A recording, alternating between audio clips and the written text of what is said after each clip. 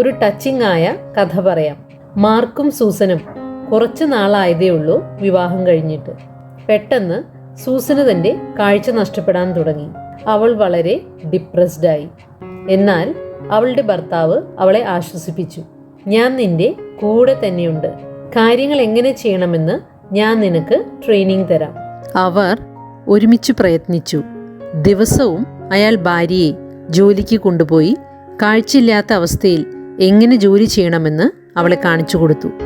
അതിനുശേഷം അയാൾ തൻ്റെ ജോലിക്കായി ഒരു ആർമി ബേസിൽ പോകുമായിരുന്നു. ഒരിക്കൽ അയാൾ സൂസനോട് പറഞ്ഞു, ഞാൻ എൻ്റെ ജോലിക്കായി പോകുവാൻ ലേറ്റ് ആവുകയാണ്. അതുകൊണ്ട് നീ ഇനി സ്വയം ജോലിക്കായി പോകണം.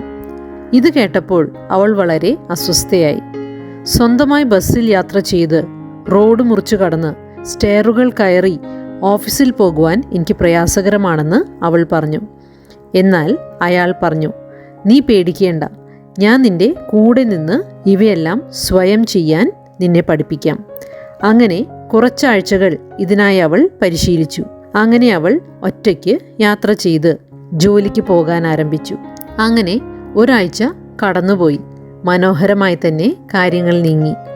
ഒരു ദിവസം ബസ്സിൽ കയറിയപ്പോൾ ബസ് ഡ്രൈവർ അവളോട് പറഞ്ഞു, നിങ്ങൾ വളരെ ഭാഗ്യവതിയായ സ്ത്രീയാണ്. ഇത് കേട്ടപ്പോൾ അവൾ ദേഷ്യത്തോടെ മറുപടി പറഞ്ഞു, ഞാനൊരു അന്ധയാണ്. അയാൾ പറഞ്ഞു, അത് ശരിയായിരിക്കാം. എന്നാൽ ദിവസവും നിങ്ങൾ ബസ്സിൽ നിന്നും ഇറങ്ങി റോഡ് ക്രോസ് ചെയ്ത് സ്റ്റെയറിലൂടെ കയറി ഓഫീസ് വാതിൽ തുറന്ന് അകത്തേക്ക് കടക്കുന്നതുവരെ ഒരു ആർമി വേഷത്തിലുള്ള മനുഷ്യൻ സ്ട്രീറ്റിൻ്റെ കോർണറിൽ നിന്നുകൊണ്ട് ഒരു കഴുകൻ നിരീക്ഷിക്കുന്നത് പോലെ നിങ്ങളെ നിരീക്ഷിച്ചു കൊണ്ടിരിക്കുന്നു. നിങ്ങളിൽ നിന്ന് കണ്ണുകൾ പോലും എടുക്കാതെയാണ് അയാൾ നിങ്ങളെ നിരീക്ഷിക്കുന്നത്. നിങ്ങൾ ഓഫീസിൽ കടന്ന് വാതിലടഞ്ഞ ശേഷം അയാൾ നിവർന്നു നിന്ന് നിങ്ങൾക്കൊരു സല്യൂട്ടും ഫ്ലൈയിങ് കിസും നൽകിയ ശേഷം ദിവസവും പോകുന്നു. തൻ്റെ ഭർത്താവാണതെന്ന് സൂസന് മനസ്സിലായി. തൻ്റെ ഭർത്താവ് തന്നെ തെല്ലും മടുപ്പ് തോന്നാതെ നിരീക്ഷിക്കുകയായിരുന്നുവെന്ന് അവൾക്ക് മനസ്സിലായി. ഞാൻ ഒറ്റയ്ക്കല്ല, എൻ്റെ ഭർത്താവ് എന്നെ ശ്രദ്ധിക്കുന്നുണ്ട്, എന്നെക്കുറിച്ച് കരുതലുണ്ട് എന്ന ബോധ്യം അവൾക്ക് ലഭിച്ചു. ഇത് തന്നെയാണ് ദൈവവും നമ്മളോട് ചെയ്യുന്നത്. കൂടുതൽ അഗാധമായ ഗാഢമായ ലെവലിൽ. നമ്മളത് പലപ്പോഴും തിരിച്ചറിയുന്നില്ല എന്ന് മാത്രം.